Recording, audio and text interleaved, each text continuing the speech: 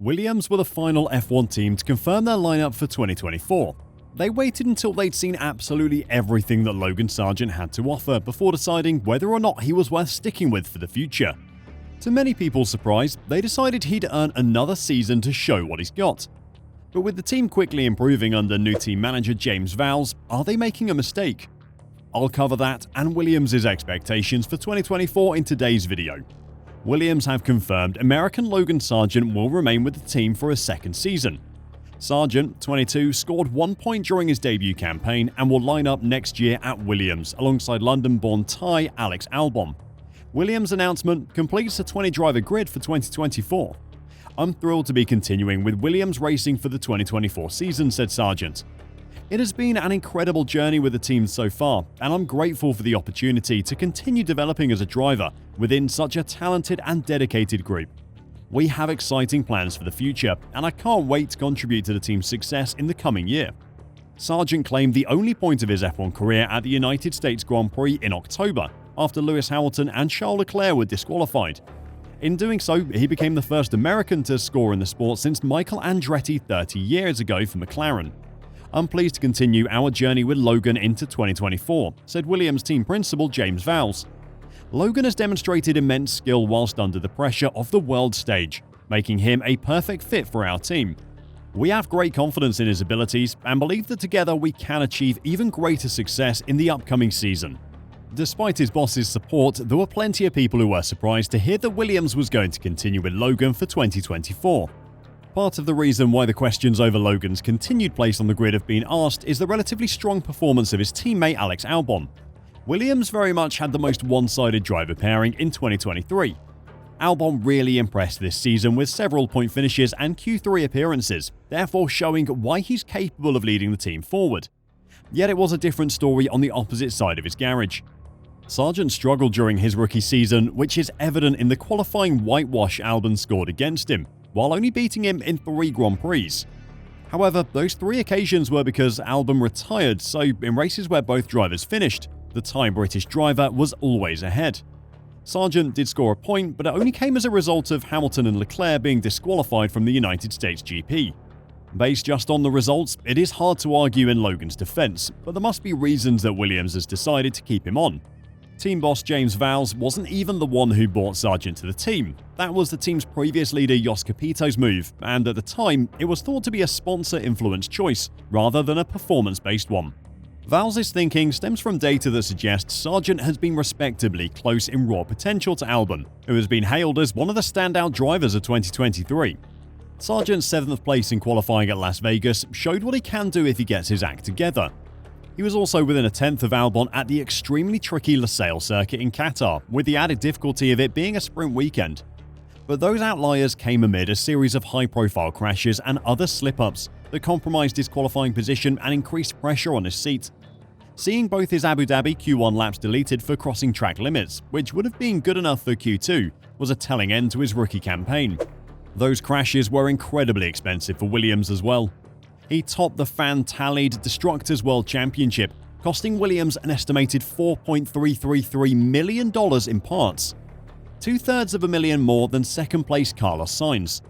The Destructors Championship tracks the cost of replacement parts needed for crashes over the course of the season, and Mick Schumacher's high rankings were thought to be the reason for him being replaced by Haas.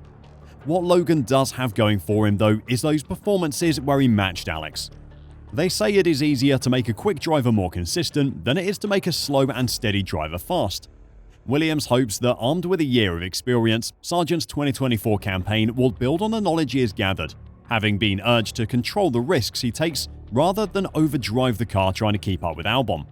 Speaking after his qualifying breakthrough in Las Vegas, Vowles said, "The worst thing you can do is go too far and overdrive the car. Now you don't know where the limit is, and you don't know where to come back to either. He's doing an incredible job. It's hard probably to explain to the world how good a job he is doing, and the growth of it.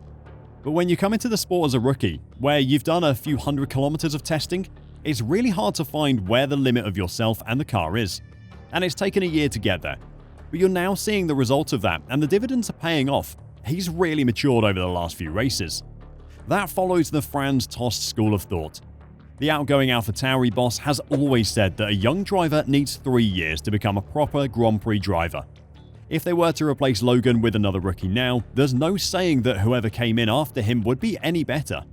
And there aren't really any good choices anyway. The 3 drivers most deserving of a shot happen to be the ones finishing ahead of Sargeant in the 2022 championship: Felipe Drugovich, Theo Pourchaire, and Liam Lawson. But all 3 are tied to a rival team in Aston Martin, Sauber, and Red Bull respectively. Before I talk more about Williams' other driving options, I want to let you know that over the Christmas holidays, we'll be releasing a 3-hour video on the complete history of Formula 1. We'll highlight some of the best seasons, the craziest technical developments, and the stories of the most famous racing drivers in the world. We're super excited to share it with you all, so make sure to subscribe so you don't miss it when it drops. Since McLaren stole away Oscar Piastri from Alpine, the contracts that bind those drivers to the teams that paid for their development are much tighter. It isn't as simple as Williams going to 2023 F2 champion Pourchaire and offering him a seat. He's legally bound to Sauber for better or for worse. There aren't any experienced drivers sitting around that would be likely to take the seat either. Recent retiree Sebastian Vettel isn't going to be tempted into an F1 return at Williams. Not for an amount of money the team can afford anyway. Same goes for Raikkonen. The only other recent drivers to leave the sport are Latifi, De Vries, Giovinazzi, Schumacher, and Mazepin. Not exactly a wealth of options, is it? If there was another generational talent like Piastri waiting in the wings, then that would have been a no-brainer for Williams. But it's understandable that they thought better of throwing away all the work they did with Sargeant and the continuity he offers for drivers that seem like modest upgrades at best. Besides, it is perhaps not in the Grove team's best interest to take another team's junior on loan and develop him for its rivals. It worked with Russell, but he was loaned from Mercedes for 3 years, so Williams could also reap the rewards itself as he scored vital points in his 3rd season. But with a much more intriguing driver market shaping up for 2025 and beyond, it would make little sense to start all over again with another rookie, when more long-term options open up at the end of next year. No one will be expecting Logan to suddenly provide performances on a level with Alex Albon, but at least he is a known quantity for 2024 for Williams. And it isn't just that the team didn't have any other options. In a recent interview, Vowles acknowledged the team had other drivers to consider for the 2023 season. "We did have other options, yes," he confirmed. Whoever those options were though, James clearly thought that Logan was the better choice, or he wouldn't be at the team in 2024. That doesn't change the fact that Sargeant was the only driver in the field to be outqualified by his teammate at every single round this year. However, the 22-year-old is confident that he enjoyed an upturn in pace in the second half of the campaign. "I don't think it's always been as bad as it looks, especially since the summer break," he said. "I'm proud of the way I kept fighting through the whole year.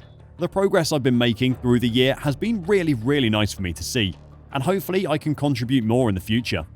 The team has done great with the car this year. I think speaks even more volumes that we only brought one upgrade to the car the whole season. To do what we did was strong, and we can be proud of that, and hopefully the car will be another step forward next year. Logan has reason to be positive about his team's chances in 2024. Despite an AlphaTauri comeback courtesy of Yuki Tsunoda late on in the season, Williams held on to 7th place in the Constructors' Championship, their best return since Lance Stroll and Felipe Massa drove for the team in 2017. With new Chief Technical Officer Pat Fry starting with the team this winter, they'll have a fresh set of eyes on the current technical regulations as well to try and help drive them forward. Do you think retaining Logan Sargeant was a mistake by Williams? Or were they right to keep the American driver for at least another year until the driver's market becomes more fluid for 2025? Let me know your thoughts in the comments down below, and until next time, drive safe and bye for now.